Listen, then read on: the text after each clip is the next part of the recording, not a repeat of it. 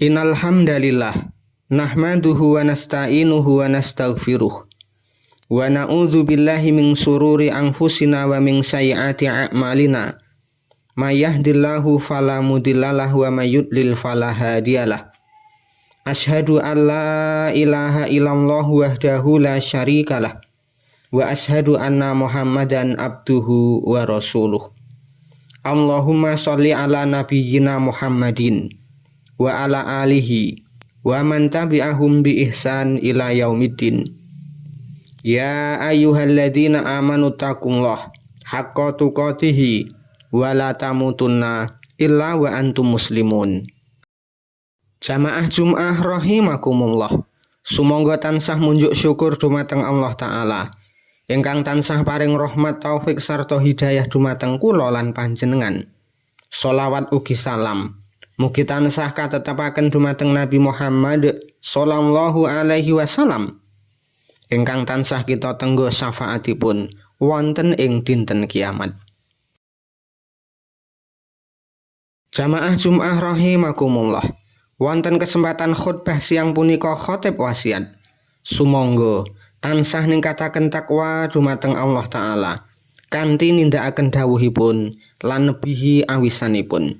Mugi kanthi takwa Allah tansah paring kamulyan panggesangan fid dunya wal akhirah.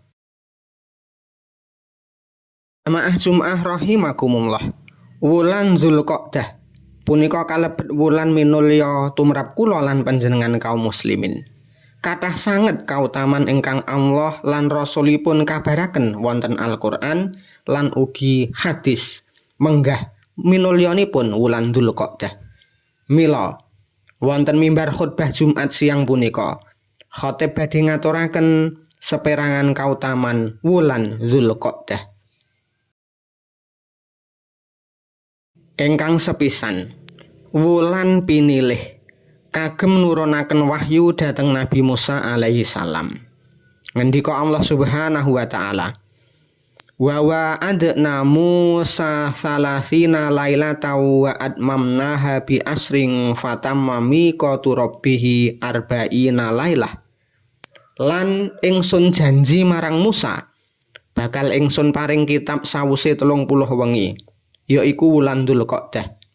Lan ingsun nyampurnakake 10 wengi meneh dadi wektu kang katemtokake dening Pangeran sampurna 40 wengi lawase. Ayat kasebat nyariosaken nalikanipun Allah paring wahyu kitab Taurat dhateng Nabi Musa alaihi salam.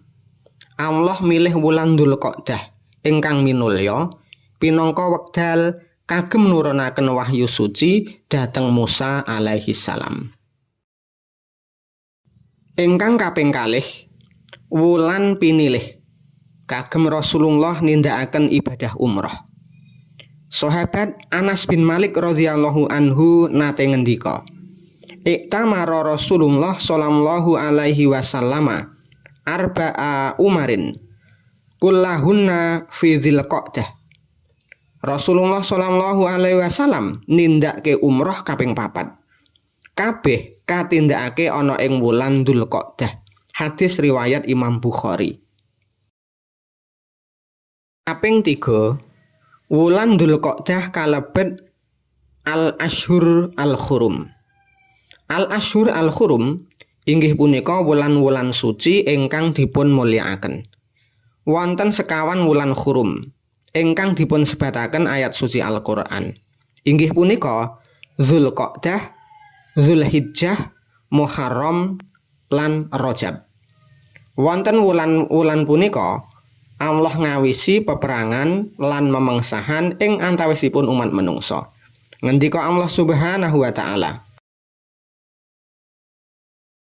"Inna iddatasy syuhuri 'indallahi Ifna asyara sahron fi kitabillahi yauma khalaqas samawati wal ard minha arba'atun hurum." Sak temene wilangan sasi mungguhing Allah iku ana 12 sasi. Kaya kang wis kapacak ana ing kitabe Allah wiwit tumitahing langit lan bumi. Ing antarane ana sasi 4 kang mulya, yaiku Dzulqa'dah, Dzulhijjah, Muharram lan Rajab. Al-Qur'an surat At-Taubah ayat 36. Jamaah Jumat rahimakumullah. Kanthi punika kula lan panjenengan kedah nderek mulyakaken wulan Dzulqa'dah kanthi ngathah-ngatahi amal kabecikan ing bab punapa kemawon. Mugi kanthi mulyakaken wulan punika kula lan panjenengan tansah kagolong umatipun Nabi Agung Muhammad sallallahu alaihi wasallam. Aqulu qouli hadza wastaghfirullah li wa lakum wa lisairil muslimin innahu huwas samiul alim.